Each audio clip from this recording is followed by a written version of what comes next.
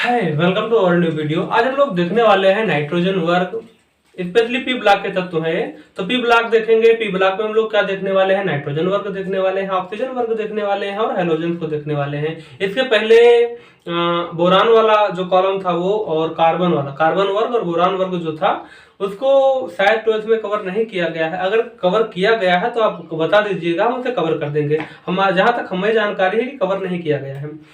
हमें जो पढ़ना है सिर्फ नाइट्रोजन की बात का ही पढ़ना है और फिर हम नाइट्रोजन वर्ग को कवर करते हैं। तो सबसे पहले हम लोग देख लेते हैं कि पी ब्लॉक क्या होता है। पी ब्लॉक आप लोग अगर साड़ी में देखे होंगे तो कुछ एस ब्लॉक बना है इधर, फिर बीच में इधर किनारे पी ब्लॉक बना है, नीचे कुछ बीच में यहाँ पर डी ब्लॉक बना है, नीचे एफ है।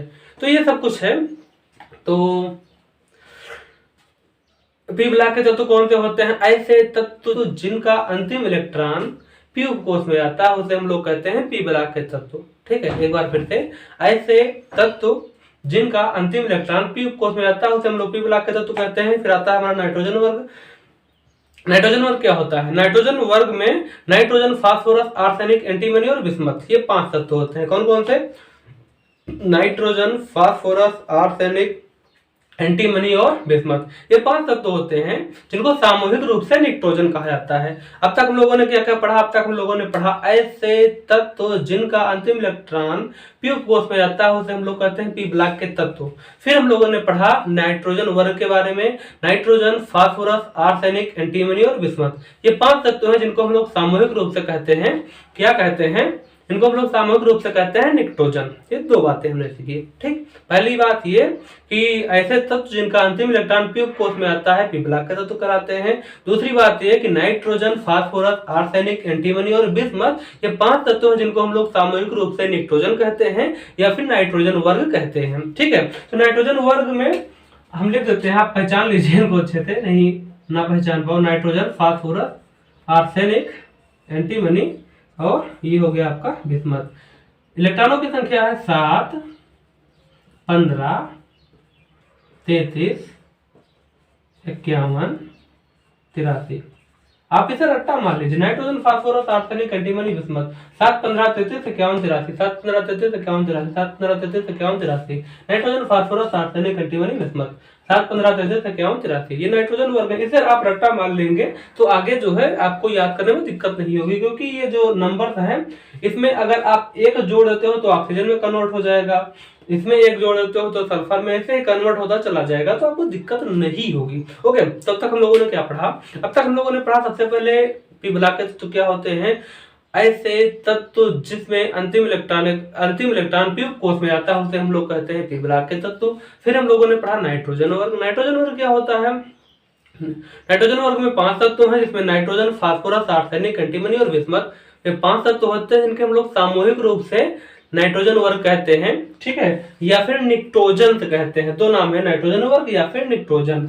इन्हीं के बारे में इनका मतलब एक निक नेम होगा, साधारण नाम होगा। ठीक है, तो nitrogen, phosphorus, arsenic, antimony, bismuth, ये 5 तत्व हैं, इनको हम लोग सामूहिक रूप से निट्रोजन कहते हैं या फिर नाइट्रोजन वर्ग कहते हैं। इनका इलेक्ट्रॉनों की संख्या 7, 15, 33, 51, 83 है। ऐसे ही याद रख लो, सही रहेगा।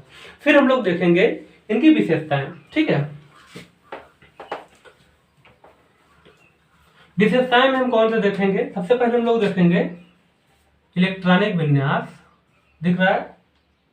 हाँ शायद दिख तो रहा है, वरना सुनाई तो देगा ही। इलेक्ट्रॉनिक विन्यास। फिर हम लोग देखेंगे परमाणुवीय त्रिज्या। फिर हम लोग देखेंगे धात्विक गुण। धात्विक गुण। फिर हम लोग क्या देखेंगे? फिर हम लोग देखेंगे क्या देखेंगे? आधात्विक गुण।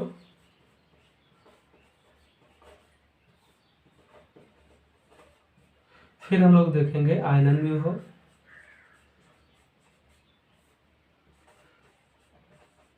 और एक और लिख देते हैं आप, हाँ आयनन विभव की हम लोग बात देख लेते हैं। क्या देख ले? और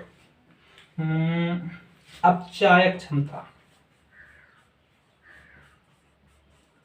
चायक क्षमता। फिलहाल यहाँ पर हम 7 कवर कर रहे हैं, बहुत सारे हैं, 10-15 हैं, तो जे हमें इंपॉर्टेंट लग रहे हैं तो इनको हम कवर कर रहे हैं, ठीक है।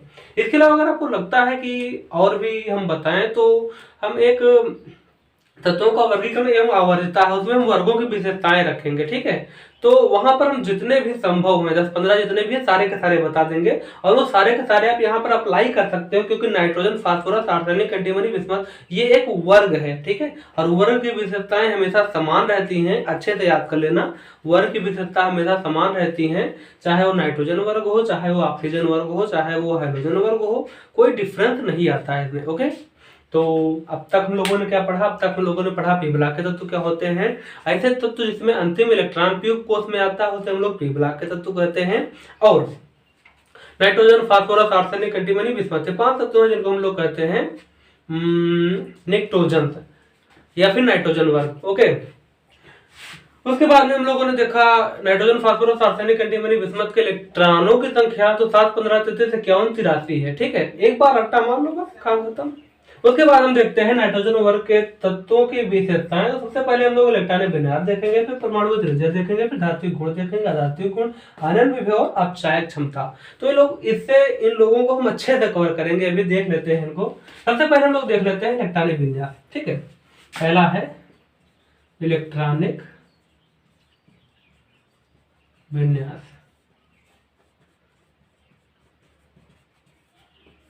इलेक्ट्रॉनिक विन्यास नाइट्रोजन वर्ग के तत्वों का सामान्य इलेक्ट्रॉनिक विन्यास NS2 होता है। क्या होता है? NS2 होता है, ठीक है। का सामान्य इलेक्ट्रॉनिक विन्यास NS2 होता है। और सभी का देख लेते हैं, नाइट्रोजन, फास्फोरस, आर्सेनिक, एंटीमनी और ये आपका बिस्मथ दिख रहा है, हाँ दिख रहा है। इनका क्या होता है? इनका हम देखो इलेक्ट्रॉनिक विन्यास जो 2 तरीके से बताया जाता है। एक तो बड़ा वाला 1s2 2s2 2p6 3s2 पता नहीं क्या क्या होता है, हम आपको 60 वाला बताएंगे, ठीक है। 60 वाला याद करने में आसानी रहेगी। तो आप लोग क्या कीजिए, सबसे पहले लिखिए यहाँ पर हीलियम, यहाँ पर नियॉन, आर्गन। सबसे पहले ऐसा करो 7, 15, 33, 51, 83 तो लिखना हम भूल ही गए। इनका होता है 7, 15, 33, ये यस है, ठीक है। 7, 15, 33, 51, 83, ठीक है। तो हम लोग क्या करेंगे, सबसे पहले helium, neon, argon, krypton, xenon ये लिख लिए।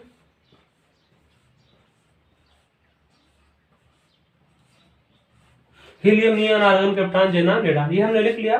फिर हम लोग क्या करेंगे 2s2 2p3। देखो यहाँ पर 2 रखोगे तो यहाँ वाला हो जाएगा, 3 रखोगे तो यहाँ वाला हो जाएगा, 4 रखोगे यहाँ वाला हो जाएगा, 5 रखोगे यहाँ वाला, ऐसे तो बढ़ता जाएगा, ठीक है। लेकिन थोड़ा सा ध्यान रखना, क्योंकि जहाँ 4d और 4f आता है वहां थोड़ी सी दिक्कत हो जाती है, तो वहां पर थोड़ा सा ध्यान रखना। यहाँ पर हम देख लेते हैं, ये हो जाएगा हीलियम, नियॉन। नियॉन में 10 होते ही हैं, तो उसके बाद में 5 की जरूरत है, तो हो जाएगा 3s2 3p3, ठीक है। 3s2 3p, इसमें 2 होते हैं तो 2 और 5 7 हो गया। इसमें 10 होते हैं तो 10 2 12 3 15 हो गया। इसमें 18 होते हैं, ठीक है। तो 3d10 और 4s2 4p3, 18 10 28, 28 2 30 और 30 3 33, ये पूरा हो गया, ठीक है। और इसके बाद में ये आएगा 4d10 5s, सॉरी अच्छे से लिखते हैं थोड़ा सा, 5s2 5p3, ठीक है। इसके बाद में इसका आएगा, इसमें पहले 4f आएगा, 14 होता है, f में 14 होते हैं, फिर 5d आएगा और उसके बाद में 6s2 6p3, ठीक है। तो इस तरीके से आप इसे छोटे में दिखा सकते हैं, कोई जरूरी नहीं है उतना बड़ा वाला। लेकिन अगर आपको लगता है कि आप बड़ा वाला याद कर, बहुत डिफिकल्ट थोड़ी है ये सारे के सारे अक्रिय धातु अक्रिय गैसें हैं, और इनका इलेक्ट्रॉनिक विन्यास NS2 NP6 पे आकर के रुक जाता है, ठीक है। इसको छोड़कर, ये 1s2 ही होता है, इसको छोड़ करके बाकी सारे आकर के NS2 NP6 पे आकर के रुक जाते हैं। ठीक है, तो इनका सामान्य इलेक्ट्रॉनिक विन्यास NS2 NP3 होता है। ये थोड़ा सा आपको बोरिंग कर रहा होगा, हम जानते हैं, लेकिन इसके अलावा सारे इंटरेस्टिंग है, मजेदार है। ठीक है, और अगर आपको इलेक्ट्रॉनिक विन्यास आता है तो फिर कोई दिक्कत नहीं, अगर नहीं आता है तो helium, neon, argon, krypton, xenon, बाद में रेडान भी आता है, लेकिन इसमें नहीं है। तो आप ऐसे रट्टा मान लीजिए, उसके बाद यहाँ पर 2 रख दीजिए, यहाँ पर रख दीजिए, 3 रखिए, यहाँ पर 4 रखिए, यहाँ पर 5 रखिए, यहाँ पर और 6 रखिए यहाँ पर। थोड़ा सा ये ध्यान दे देना बस, ठीक है, कंफ्यूजन नहीं रहेगी। दिख रहा है? दिख तो रहा है। तो इलेक्ट्रॉनिक विन्यास हमारा कवर हो गया।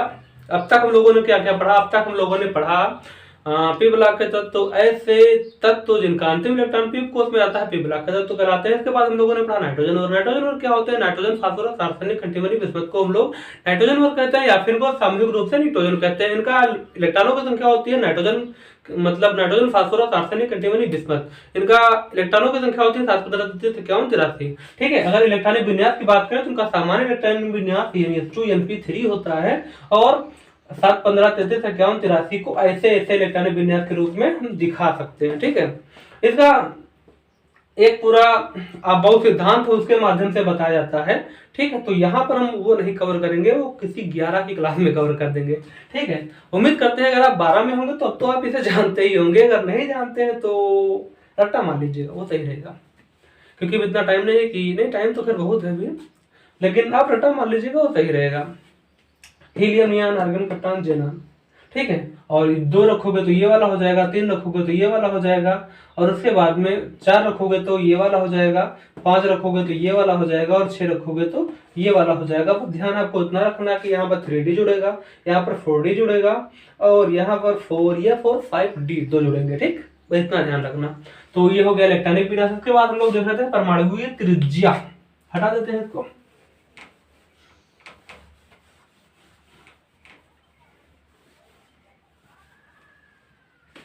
दूसरा है हमारा परमाणुवीय त्रिज्या। परमाणुवीय त्रिज्या, परमाणु त्रिज्या क्या होती है? जो परमाणु का केंद्र होता है और उसके सबसे किनारे वाले इलेक्ट्रॉन के बीच की जो दूरी होती है उसी को हम लोग परमाणुवीय त्रिज्या कहते हैं। ठीक है, एक बार फिर से बताते हैं। जो परमाणु होता है, परमाणु के केंद्र और उसके सबसे बाहरी इलेक्ट्रॉन के बीच की जो दूरी होती है उसको हम लोग परमाणुवीय त्रिज्या कहते हैं। ठीक है, तो परमाणुवीय त्रिज्या बढ़ेगी घटेगी क्या होगा आप खुद ही बताएंगे। अभी देखो, नाइट्रोजन आता है, पहले इसके पास 7 है, नाइट्रोजन, फास्फोरस, आर्सेनिक, बस इतना लिख देते हैं, इतने से ही काम हो जाएगा। 7 के बाद 15 आता है, 15 के बाद आता है 33, फिर 51, फिर 83। ठीक है, इन 3 लिख ही देते हैं, नाइट्रोजन, फास्फोरस, आर्सेनिक, एंटीमनी और बिस्मथ। 7, 15, 33, 51, 83। ठीक है, फिर अब आप लोगों को याद होगा मिस्टर बोर ने क्या कहा था। मिस्टर बोर ने कहा था कि जो नाभिक होता है, नाभिक के चारों ओर कुछ कक्षाएं होती हैं, इसमें इलेक्ट्रॉन घूमते हैं, और कितने इलेक्ट्रॉन घूमते हैं उसके लिए उन्होंने कहा था 2n² इलेक्ट्रॉन घूमते हैं। ठीक है, अब केमिस्ट्री है तो इतना तो मतलब अब थोड़ा सा समझने का प्रयास कीजिएगा, बहुत डिफिकल्ट नहीं है। तो मिस्टर बोर ने क्या कहा था? मिस्टर बोर ने कहा था ये नाभिक होता है। ठीक, ये नाभिक होता है, नाभिक के चारों ओर कक्षाएं होती है, पहली कक्षा, दूसरी कक्षा, तीसरी कक्षा, चौथी कक्षा, ये कक्षाएं होती हैं। ठीक है, ये होगी आपकी पहली, ये दूसरी, ये तीसरी और ये चौथी। ठीक, इसी प्रकार से बहुत सारी कक्षाएं संभव होती हैं, ये मिस्टर बोर ने कहा था। और उन्होंने कहा था कि इसमें इलेक्ट्रॉनों की संख्या कितनी होती है? इसमें इलेक्ट्रॉनों की संख्या होती है 2n²। ठीक, 2n², कहाँ लिखे? यहाँ पे लिख देते हैं 2n²। ठीक है, 2n², यानी पहली कक्षा में कितने इलेक्ट्रॉन होंगे? अगर हम n की जगह पर 1 रखें तो हो जाएगा 2 × 1² = 2। ठीक, पहली कक्षा में 2 इलेक्ट्रॉन हो सकते हैं, दूसरे में कितना हो सकता है? 2 × 2² = 2 × 4 = 8, यानी इस वाली कक्षा में 8 इलेक्ट्रॉन अधिकतम हो सकते हैं। फिर हम तीसरी की बात करते हैं तो 2 × 3², तो हो जाएगा 2 × 9 यानी 18। इसी प्रकार से हम आगे बढ़ते जाएंगे, तो हमें 3 करके ही दिखाना है, तो इतने से काम हो जाएगा। तो मतलब ये मिस्टर बोर्ड ने क्या कहा, मिस्टर बोर्ड ने कहा कि जो नाभिक होता है, नाभिक के चारों ओर कुछ कक्षाएं होती हैं जिसमें इलेक्ट्रॉनों की संख्या 2n स्क्वायर होती है। तो पहले कोष में यानी इस वाले में 2 होगा, इस वाले में 8 होगा, इस वाले में 18 होगा, ठीक है। और 4 वाला भी दिखा देते हैं। 2 × 4 square is equal to 2 × 16 is equal to 32, ठीक है। तो मतलब पहले में 2 इलेक्ट्रॉन होंगे, दूसरे में 8 इलेक्ट्रॉन होंगे, तीसरे में 18 और चौथे में 32 इलेक्ट्रॉन होंगे, ठीक। ये मिस्टर बोर ने बताया, ठीक है। उसको हम लोग यहाँ पर अप्लाई करने वाले हैं। तो अब तक हम लोगों ने क्या पढ़ा, अब तक हम लोगों ने पढ़ा कि पी ब्लॉक क्या होता है, पी ब्लॉक क्या होता है, ऐसे तत्व इसमें अंतिम इलेक्ट्रॉन पी कोष में आता है, पी ब्लॉक के तत्व कहलाते हैं। उसके बाद हम लोगों ने पढ़ा nitrogen, phosphorus, arsenic, antimony, bismuth को हम लोग नाइट्रोजन वर्ग या निक्टोजन कहते हैं। इनके इलेक्ट्रॉनों की संख्या 7, 15, 33, 51, 83 होती है। फिर हम लोगों ने पढ़ा क्या होता है, फिर हम लोगों ने क्या पढ़ा, फिर हम लोगों ने पढ़ा क्या पढ़ा था, फिर हम लोगों ने पढ़ा था इलेक्ट्रॉनिक विन्यास। इलेक्ट्रॉनिक विन्यास क्या कितने होते हैं, इलेक्ट्रॉनिक विन्यास होता है N2 Np3 होता है, ठीक है। और उसके बाद में हम लोगों ने देखा इनका इलेक्ट्रॉनिक विन्यास क्या होता है, वो यहाँ पर हमने आपको दिखाया था, ठीक है। फिर हम लोग देखते हैं परमाणु त्रिज्या। परमाणु त्रिज्या में परमाणु के केंद्र और अंतिम इलेक्ट्रॉन के बीच की जो दूरी होती है उसको हम लोग कहते हैं परमाणु त्रिज्या।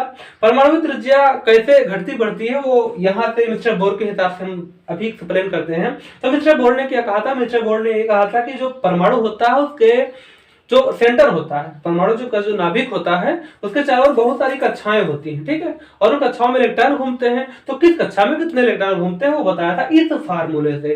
उन्होंने फार्मूला दिया था 2n स्क्वायर का, और उन्होंने कहा कि जो पहली कक्षा है उसमें 2 इलेक्ट्रॉन होंगे, जो दूसरी कक्षा है उसमें 8 इलेक्ट्रॉन होंगे, जो तीसरी कक्षा है उसमें 18 इलेक्ट्रॉन होंगे, जो चौथी कक्षा है उसमें 32 इलेक्ट्रॉन होंगे। इतना क्लियर है, दिख रहा है? हाँ, दिख तो रहा है। तो इतना क्लियर हो गया। अब देख लेते हैं। तो हम लोगों ने क्या देखा कि पहली में 2, दूसरे में 18, 2 फिर 8 फिर 18 फिर 32 ले लेते हैं। 2 फिर 8 फिर 18 फिर 32, ठीक है। ये मिस्टर बोर्ड ने कहा था, और एक्चुअल में क्या होता है वो तो बाद की बात है, लेकिन मिस्टर बोर्ड ने यही कहा था। तो देख लेते हैं यहाँ पर। अब देखो नाइट्रोजन एक गरीब प्राणी है, इसके पास सिर्फ 7 इलेक्ट्रॉन है, ठीक है।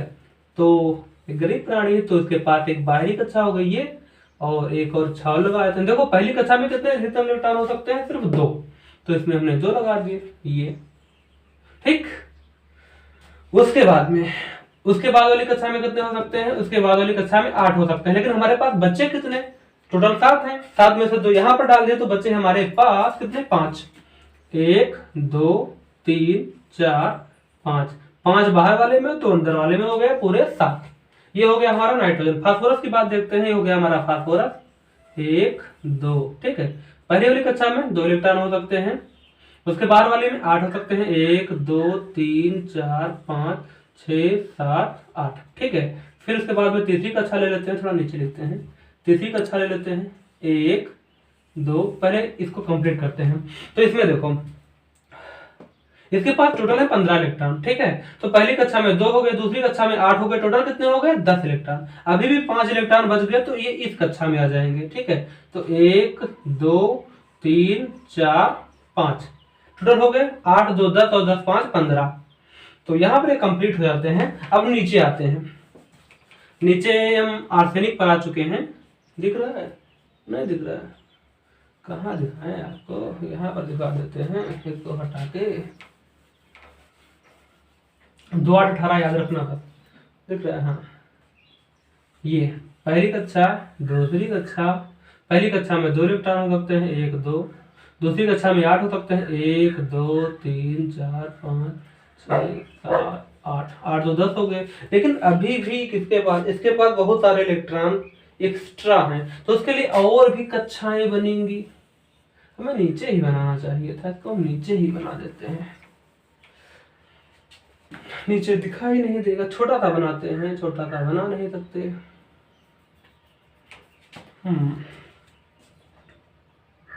आप लोग ऐसा कीजिए, इसको इधर देख लीजिए, इधर दिख रहा है, ये 1 2, पहली वाली में 2, दूसरी वाली में 1 2 3 4 5 6 7 और एक ये 8, टोटल 10 इलेक्ट्रॉन हो गए। इसके पास 33 हैं, नेक्स्ट वाली में हम लोग कितने डाल सकते हैं, नेक्स्ट वाली में हम लोग डाल सकते हैं 18 इलेक्ट्रॉन। तो चलो शुरू करते हैं। 1 2 3 4 5 6 7 8 9 10 11 12 13 15 16 17 18, ठीक। 18 इलेक्ट्रॉन हमने डाल दिया, 18 इसमें डाल दिया, 8 इसमें डाल दिया, 2 इसमें, 18 तो 28 हो गया, लेकिन अभी भी 5 इलेक्ट्रॉन बच गए। तो इसके लिए हमें एक कक्षा और चाहिए। ये इसमें हम 5 इलेक्ट्रॉन डालेंगे, 1 2 3 4 5। उम्मीद करते हैं इलेक्ट्रॉनों की संख्या सही ही डाली होगी, अगर थोड़ा बहुत ऊपर नीचे हो गया हो तो एडजस्ट कर लेना। इसमें हमने 2 इलेक्ट्रॉन डाला है, इसमें 8, इसमें 18 और इसमें 5। 18 10 28 और 28 से 5 33, ठीक है। अब देखो इस वाले नाइट्रोजन वाले में सिर्फ 2 कक्षाएं हैं, इसमें 3 कक्षाएं हैं, 1 2 3, और इसमें 4 कक्षाएं हैं, 1 2 3 4। तो यहाँ से हम लोग क्या देखते हैं, यहाँ से हम लोग देखते हैं कि ऊपर से नीचे जाने पर इलेक्ट्रॉनों की संख्या बढ़ती है, ठीक। इलेक्ट्रॉनों की संख्या बढ़ती है, 7 15 33 51 83। इलेक्ट्रॉनों की संख्या बढ़ती इस वजह से कक्षाओं की संख्या बढ़ती है। यहाँ पर देखो 2, यहाँ पर 3, यहाँ पर 4, नीचे 5 और फिर 6 हो जाएंगे, ठीक है। तो इलेक्ट्रॉनों की संख्या बढ़ती है जिसके कारण कक्षाओं की संख्या बढ़ती है, और जो कक्षाओं की संख्या बढ़ेगी तो परमाणु त्रिज्या बढ़ जाती है, ठीक है। तो इस वजह से नाइट्रोजन, फास्फोरस, आर्सेनिक, एंटीमनी और बिस्मथ की परमाणु त्रिज्या क्रमिक रूप से बढ़ती है, ठीक है। तो पहला हम लोगों ने इलेक्ट्रॉनिक विन्यास पढ़ा था, दूसरा हम लोग पढ़ रहे हैं परमाणु त्रिज्या। नाइट्रोजन वर्ग में नाइट्रोजन, फास्फोरस, आर्सेनिक, एंटीमनी और बिस्मथ की परमाणु त्रिज्या क्रमिक रूप से बढ़ती है। देखो ये फिर ये फिर ये फिर ये और फिर ये, ठीक है। जैसे इसमें बढ़ा वैसे इसमें भी बढ़ता है, तो परमाणु त्रिज्या बढ़ती है, ठीक। इसको हटाते हैं। उसके बाद हम लोग देखते हैं धात्विक गुण। नेक्स्ट हमारा है धात्विक गुण, तीसरा पॉइंट है धात्विक गुण। एक बात जान लो, धात्विक गुण बढ़ेगा तो धात्विक गुण घटेगा, दोनों एक दूसरे के उल्टे होते हैं ना। तो धात्विक गुण बढ़ता है तो धात्विक गुण घटता है। तो हम लोग देख लेते हैं कि धात्विक गुण में क्या होगा। नाइट्रोजन, फास्फोरस, आर्सेनिक, एंटीमनी और बिस्मथ, इसके पास है 7 इलेक्ट्रॉन, 7 15 33 51 83, ठीक। 7 15 33 51 83। धात्विक गुण क्या होता है, देखो धातु कहते हैं ऐसे तत्व जो इलेक्ट्रॉन को त्याग सकते हैं और धनायन बना सकते हैं, उनको हम लोग कहते हैं धातु, ठीक है। ऐसे तत्व जो इलेक्ट्रॉन त्याग सकते हैं उनको हम लोग धातु कहते हैं, त्याग भी सकते हैं और धनायन भी बना सकते हैं, उसको हम लोग कहते हैं धातु। और इसी गुण को, इलेक्ट्रॉन त्याग करने की प्रक्रिया जो होती है, इसी को हम लोग धात्विक गुण भी कहते हैं, ठीक। अब आप थोड़ा सा सोचो, इनके पास सिर्फ 7 इलेक्ट्रॉन है, इनके पास 15 ज्यादा है, इनके पास 33 से और ज्यादा है, इनके पास 51 है और इनके पास 83 है। अब अगर इलेक्ट्रॉन दान करने की बात आई, मान के चलो तुम्हारे पास 10 रुपए हैं, ठीक है। क्या आप उस सिचुएशन में दान करने में मतलब कंफर्टेबल फील करोगे, आपको अच्छा लगेगा? आपके पास, आप मान लो मेरा जा रहे हो और आपके पास सिर्फ 10 रुपए हैं और उसी में कोई कह रहा है कि हमको 5 दे दो, तो आप नहीं दोगे, सीधी सी बात है। यहाँ पर मान के चलो आपके पास 100 रुपए हैं, ठीक, कंडीशन वही है, रुपया है 100। उस सिचुएशन में अगर आपसे कोई 5 रुपए मांगता है तो आप आसानी से दे सकते हो। यहाँ पर देखो 1000 है, ठीक। उस सिचुएशन में आपके पास 1000 है और इसी सिचुएशन में अगर कोई भी आपसे 5 मांगता है तो आप 10 दे दोगे, बहुत छोटी सी रकम है 1000 के आगे, ठीक है। यहाँ पर देखो 10,000 हो गया, ठीक है। अब इस सिचुएशन में अगर आपसे कोई 5 मांगता है तो 100 मुंह पर फेंक दोगे कि ये लो पकड़, बहुत पैसे हैं हमारे पास, ठीक है। अगर यहाँ पर लाख मान के चलो, ऐसी सिचुएशन में 2 4 5 रुपए कहेगा तो 1000 2000 मुंह पर मार दोगे, तो ये होती है अमीरी, ठीक है। यहाँ पर नाइट्रोजन के पास सिर्फ 7 इलेक्ट्रॉन है तो ये बहुत ही गरीब प्राणी है। इसके पास 15 इलेक्ट्रॉन है तो ये थोड़ा ज्यादा अमीर है। इसके पास 33 है तो थोड़ा और ज्यादा है, 51 है तो थोड़ा और ज्यादा है और 83 है तो बहुत ज्यादा है, ठीक है। अब ऐसी सिचुएशन में नाइट्रोजन से कोई अगर इलेक्ट्रॉन मांगे तो ये क्या कहेगा, तब नहीं देंगे, ठीक। फास्फोरस से मांगे तो ये दे देगा, 15 है, ठीक है, तो इसकी अपेक्षा आसानी से दे सकता है। 51, ठीक है। इसके बाद 33 आता है, 33 ये थोड़ा और ज्यादा रिच है, इलेक्ट्रॉन के पास ज्यादा है, तो आसानी से इलेक्ट्रॉन दे सकता है किसी को भी, अगर मतलब जरूरत पड़े तो दे सकता है। इसके पास देखो 51 है, ठीक है, तो ये और ज्यादा रिच है, तो इलेक्ट्रॉन और आसानी से दे सकता है। इसके पास देखो 83 है, तो ये और आसानी से इलेक्ट्रॉन दे सकता है। तो यहाँ तक क्लियर है, मतलब यह कि ये जल्दी इलेक्ट्रॉन नहीं देगा, ये थोड़ा आसानी से दे देगा, ये थोड़ा और आसानी से देगा, ये तुरंत देगा, और ये तो कहता है ये कोई ले ले इलेक्ट्रॉन हमसे। तो ये है प्रक्रिया। अब धात्विक गुण में देखो ये आसानी से दे देता है, ये और आसानी से, और आसानी से, मतलब इलेक्ट्रॉन जल्दी जल्दी निकल जाता है, ठीक है। मतलब इलेक्ट्रॉन त्याग करने की प्रक्रिया, इलेक्ट्रॉन त्याग करना और धनायन बनाना, उसी को हम लोग कहते हैं हाँ धात्विक गुण, ठीक है। अब इस सिचुएशन में नाइट्रोजन जल्दी इलेक्ट्रॉन नहीं देता होता है, ठीक है, उसके बाद फास्फोरस दे देता है, फिर ये और आसानी से दे देता है, ये और आसानी से। आपको क्या दिख रहा है कि जो धात्विक गुण है ऊपर से नीचे जाने पर बढ़ता है। क्यों बढ़ता है? इलेक्ट्रॉनों की संख्या बढ़ती है। बढ़ता क्यों है? क्योंकि इलेक्ट्रॉन त्याग करने की प्रवृत्ति बढ़ती है। ऊपर से नीचे जाने पर इलेक्ट्रॉनों की संख्या बढ़ती है, ठीक है, परमाणु क्रमांक बढ़ने के साथ साथ इलेक्ट्रॉनों की संख्या बढ़ती है, जिसकी वजह से इलेक्ट्रॉन त्याग करने की प्रवृत्ति बढ़ती है। और जब जल्दी जल्दी इलेक्ट्रॉन त्याग करेगा, देखो ये करता ही नहीं है तो धात्विक नहीं हुआ, ठीक है ना। ये थोड़ा थोड़ा थोड़ा करता है तो थोड़ा सा धात्विक हुआ, ये और थोड़ा ज्यादा करता है तो थोड़ा और ज्यादा हो गया, ये और ज्यादा हो गया, ये और ज्यादा। तो धात्विक गुण जो है ऊपर से नीचे जाने पर बढ़ता है सीधे सीधे, ठीक है। तो नाइट्रोजन वर्ग में, नाइट्रोजन में परमाणु क्रमांक वृद्धि के साथ साथ धात्विक गुण बढ़ता है और अधात्विक गुण घटता है, ठीक, रीजन सेम है, ठीक है। धात्विक गुण बढ़ता है, ये तो क्लियर हो गया। अब इसमें धात्विक गुण बढ़ता है, ठीक।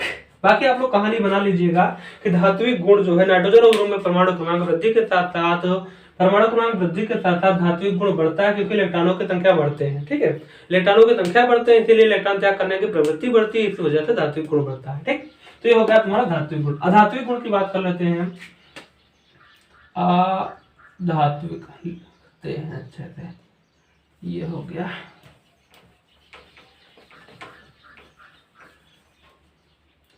चार नंबर अधात्विक, पता नहीं यहाँ धात्विक था भी कि नहीं, चलो देख लेते हैं। अधात्विक गुण nitrogen, phosphorus, arsenic, antimony, bismuth. 7, 15, 33, 51, 83।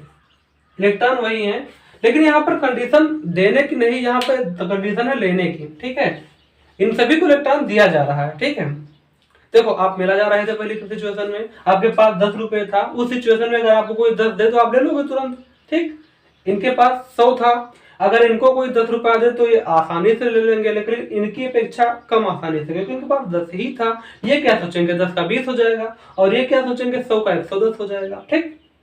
इनके पास 1000 थे तो ये क्या सोचेंगे, आप बताओ। आपके पास 1000 हैं और आपसे कहा जाए कि मेला जाने के लिए लो हमसे 10 रुपए ले लो, तो आप क्या कहोगे कि हमारे पास 1000 है, बहुत होता है 1000, मतलब मना कर दोगे सिंपली। इनके पास तो 10,000 था, तो क्या ये लेंगे 10 रुपए?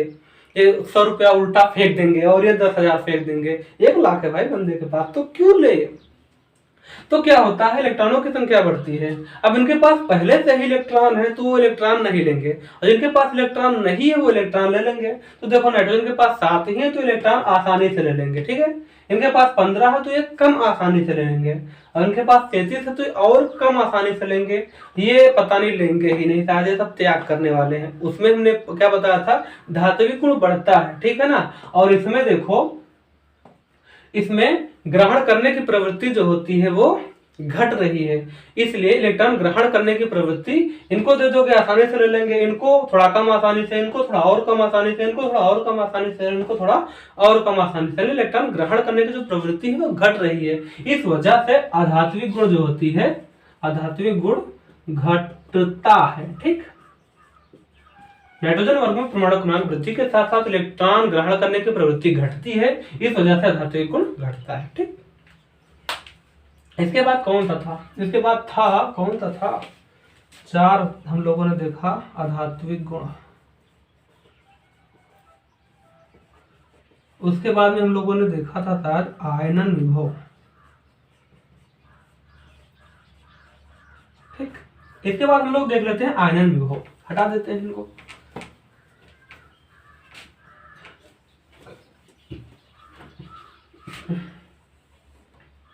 पांच नंबर,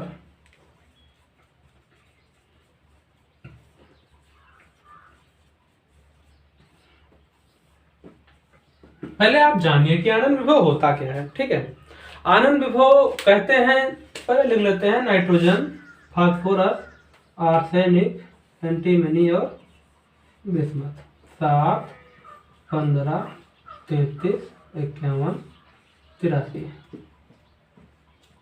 ठीक है, अगर किसी तत्व से एक इलेक्ट्रॉन निकालना पड़े, ठीक है, उसके लिए हमें कुछ तो मेहनत करनी पड़ेगी। किसी तत्व से एक इलेक्ट्रॉन निकालने के लिए जो हमें ऊर्जा की जरूरत पड़ती है, जो हमें ताकत लगानी पड़ती है, उसी को कहते हैं आनंद विभव। ठीक, क्लियर है? देखो समझो बात को, इनके पास 7 इलेक्ट्रॉन है, इनके पास 15 है, इनके पास 33 है, इनके पास 51, इनके पास 83, इलेक्ट्रॉनों की संख्या बढ़ रही है। अब थोड़ा सा एक एग्जाम्पल लेते हैं। ठीक है, मान के चलो आपके पास बच्चा वाला एग्जाम्पल नहीं, बकरी वाला लेते हैं, बच्चा थोड़ा कम अच्छा रहेगा। मान के चलो आपके पास 7 बकरी हैं, ठीक है, जिनको आप घुमाने उमाने ले जाते हो, चराने वराने। इनके उसके बाद ये कोई दूसरा बंदा है, उनके पास 15 है, उनके पास 33 है, उनके पास 51, उनके पास 83 है, बंदा लेकिन एक ही है। ठीक है, उस सिचुएशन में कौन बेहतरीन तरीके से संभाल सकता है बकरियों को? ये वाला कि ये वाला कि ये वाला कि ये वाला कि ये वाला? ठीक है, कौन बेहतरीन तरीके से सुरक्षा करता है? और हमें क्या करना है? इलेक्ट्रॉन निकालना है, मतलब बकरी चुरानी है। ठीक है, तो यहाँ पर देखो 7 ही बकरियां हैं, तो बहुत अच्छे से ध्यान रखेगा। ठीक है, तो यहाँ पर अगर आप सोचे कि आपको बकरी आसानी से मिल जाएगी, तो नहीं, मुश्किल है। हो सकता है वो अपने घर के अंदर तंबू के अंदर रखता हो, है ना, तो बड़ा मुश्किल है यहाँ से बकरी निकालना। यहाँ पर देखो 15 बकरियां हैं, तो तंबू में नहीं रख सकता, उसके लिए कुछ व्यवस्था करनी पड़ेगी। तो फिलहाल यहाँ पर थोड़ा आसान है इसकी अपेक्षा। यहाँ पर देखो 33 है, उसके लिए तो पूरा फार्म होगा। ठीक है ना, तो यहाँ पर थोड़ा और ज्यादा आसान है। यहाँ पर तो 51 है, पता नहीं कौन पानी पाई या नहीं पाई, बड़ा मुश्किल है इनकी अपेक्षा। ठीक है ना, मतलब देखभाल करना मुश्किल है और मतलब बकरी निकालना आसान है। यहाँ पर तो 83 है, तो और आसानी से बकरी निकाली जा सकती है। तो हम यहाँ पर क्या देखते हैं कि जैसे जैसे इलेक्ट्रॉनों की संख्या बढ़ रही है, यानी बकरियों की संख्या बढ़ रही है, उसे हम आसानी से निकाल सकते हैं। और इलेक्ट्रॉन के केस में अगर देखें तो जैसे जैसे इलेक्ट्रॉनों की संख्या बढ़ रही है, इलेक्ट्रॉन को हम लोग आसानी से निकाल सकते हैं। मतलब, और आयनन विभव क्या होता है? ताकत। ठीक है ना, इलेक्ट्रॉन निकालने के लिए जो ऊर्जा की जरूरत होगी, उसी को आयनन विभव कहते हैं। तो यहाँ पर हमें ज्यादा मेहनत करनी पड़ेगी, यहाँ पर कम करनी पड़ेगी, यहाँ पर और कम करनी पड़ेगी, यहाँ पर और कम करनी पड़ेगी, यहाँ पर और कम करनी पड़ेगी। ठीक है, तो मतलब आनंद विभव घटता है, घटता है। ठीक, आनंद विभव घटता है। क्लियर बता दिया कि इलेक्ट्रॉनों की संख्या बढ़ती है, इस वजह से इलेक्ट्रॉन निकालने में आसानी होगी, कम मेहनत करना पड़ेगा ऊपर से नीचे जाने पर, इस वजह से आनंद विभव घटता है। ठीक, और उसके बाद में क्या आया था? उसके बाद में क्या आया था? पता नहीं क्या आया था। क्या लिखा था? इलेक्ट्रॉनिक विन्यास हो गया, परमाणु ऊर्जा हो गई, धात्विक गुण हो गया, अधात्विक गुण हो गया, आयनन विभव हो गया। अब क्षय क्षमता देख लेते हैं। अपचायकता, अपचायकता, अपचायकता अगर आप ध्यान से देखें तो ये उसी से संबंधित है। किससे संबंधित है? अपचायकता जो है धात्विक गुण से संबंधित है। अपचायकता, अपचायक क्षमता। ठीक है ना, धात्विक गुण बढ़ता है तो अपचायक क्षमता बढ़ती है। धात्विक गुण और अपचायक क्षमता लगभग एक दूसरे से कनेक्टेड होता है। तो धात्विक गुण और क्षारीय प्रवृत्ति और अपचायकता तीनों बढ़ते हैं हमेशा, रीजन सेम है, इलेक्ट्रॉन त्याग करने की प्रवृत्ति बढ़ती है, इस वजह से अपचायकता बढ़ती है। अब अपचायक क्षमता क्या होती है? अपचायक क्षमता, हम अपचायक होते क्या है ये हम बता देते हैं, थोड़ा सा अलग हट के टॉपिक है, तो यहाँ पर आप समझ नहीं रट लीजिए, ज्यादा सही रहेगा। फिलहाल हम बताते हैं जिनकी वजह से अपचयन होता है। ठीक है ना, जिनकी वजह से अपचयन होता है उसे हम लोग कहते हैं अपचायक। ठीक है, जिनकी वजह से अपचयन होता है उसको हम लोग कहते हैं अपचायक। अब इसमें हम लोग देखेंगे कि कौन ज्यादा ताकतवर है, क्योंकि किसी की वजह के कारण अपचयन हो रहा है तो यह ज्यादा पावरफुल है, मतलब इसकी उपस्थिति में अच्छे से अपचयन होता है, या इसकी उपस्थिति से, या इसकी उपस्थिति से, या इसकी उपस्थिति से, किसकी उपस्थिति के कारण अच्छे से अपचयन होता है। ठीक है ना, उसी को कहते हैं अपचायक क्षमता। तो देखो, जो ज्यादा अच्छा धातु होता है वही अच्छा अपचायक होता है। देखो ये तो अधातु है, ये भी अधातु है, नीचे जाने ऊपर से नीचे जाने पर धात्विक गुण बढ़ता है, यानी कि धात्विक गुण बढ़ता है तो अपचायक क्षमता भी बढ़ती है। तो यहाँ पर अपचायकता बढ़ती है। कहाँ, इधर है।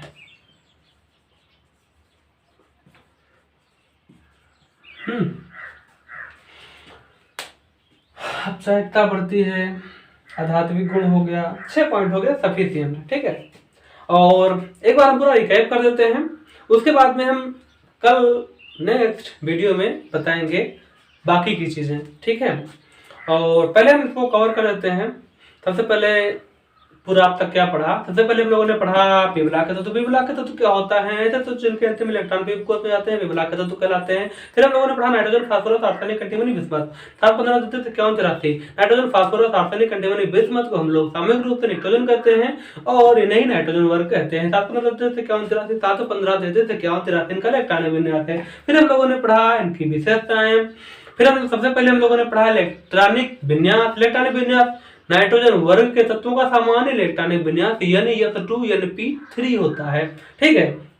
और 715 में हम लोगों ने सबसे पहले नियान आर्गन, हीलियम नियान आर्गन कप्तान ये करके मतलब इलेक्ट्रॉनिक विन्यास किया था। उसके बाद में हम लोगों ने क्या देखा, परमाणु त्रिज्या बढ़ती है क्योंकि कोषों की संख्या बढ़ जाती है। पहले इलेक्ट्रॉनों की संख्या बढ़ती है, इस वजह से कोषों की संख्या बढ़ती है और इस वजह से इनकी परमाणु त्रिज्या बढ़ती है। फिर धात्विक गुण ऊपर से नीचे जाने पर इलेक्ट्रॉनों की संख्या बढ़ती है, इस वजह से आसानी से इलेक्ट्रॉन त्याग कर सकते हैं, इस वजह से धात्विक गुण बढ़ता है। और अगर बात करें अधात्विक गुण की तो इलेक्ट्रॉनों की संख्या बढ़ती है, इसी वजह से इलेक्ट्रॉनिक रूप से रिच हो जाते हैं और इलेक्ट्रॉन आसानी से त्याग देते हैं। त्यागने की प्रवृत्ति बढ़ती है लेकिन इलेक्ट्रॉन ग्रहण करने की प्रवृत्ति बढ़ती है और इलेक्ट्रॉन ग्रहण करने की प्रवृत्ति घटती है। इलेक्ट्रॉन ग्रहण करने की प्रवृत्ति घटती है और इलेक्ट्रॉन त्याग करने की प्रवृत्ति बढ़ती है। इस वजह से यहाँ पर अधात्विक गुण जो है घटता है। आयरन विभव, इनके पास 7 इलेक्ट्रॉन है तो आसानी से निकाला नहीं जा सकता। इनके पास 15 है, निकाला जा सकता है। 33 है और आसानी से निकाला जा सकता है। 51 है और आसानी से निकाला जा सकता है। इनके पास 83 है तो और आसानी से निकाला जा सकता है। इस वजह से आयरन विभव घटता है क्योंकि यहाँ पर ज्यादा मेहनत करनी पड़ती है, यहाँ पर कम मेहनत करनी पड़ती है, यहाँ पर और कम और कम और कम, ठीक। तो यहाँ पर इलेक्ट्रॉनों की संख्या मतलब इलेक्ट्रॉन निकालने में कम मेहनत करनी पड़ती है, इस वजह से आयरन विभव घटता है। अपचायकता, अपचायक कहते किसे हैं, जिनकी उपस्थिति के कारण अपचयन होता है उसे अपचायक कहते हैं। अपचायकता बढ़ती है, क्यों बढ़ती है, क्योंकि जो ज्यादा अच्छे धातु होते हैं वो अच्छे से अपचयन करवाते हैं, ठीक है। तो ऊपर से नीचे जाने पर धात्विक गुण बढ़ता है, इस वजह से अपचायकता बढ़ती है। और अम्लीय प्रवृत्ति, क्षारीय प्रवृत्ति, देखो अम्लीय प्रवृत्ति और क्षारीय प्रवृत्ति, क्षारीय प्रवृत्ति जो होती है धात्विक गुण से जुड़ी होती है और अम्लीय प्रवृत्ति जो होती है अधात्विक गुण से जुड़ी होती है। तो इसको हम अलग से चाहे तो लिखवा सकते हैं 7 और 8, ठीक है, लेकिन कोई मतलब नहीं है। अगर धात्विक गुण बढ़ता है तो क्षारीय प्रवृत्ति बढ़ती है, अलग से लिखवाने की जरूरत नहीं है। यहाँ पर अधात्विक गुण बढ़ता है, अगर बढ़ता है तो फिर अम्लीय प्रवृत्ति बढ़ती है, अगर अधात्विक गुण घटता है तो अम्लीय प्रवृत्ति घटती है। तो इसी में आप चाहें तो अलग से लिख सकते हैं। ओके, तो उम्मीद करते हैं आपको सारी बातें समझ में आई होंगी। तो मिलते हैं अपने नेक्स्ट वीडियो में, तब तक के लिए goodbye, wish you best of luck.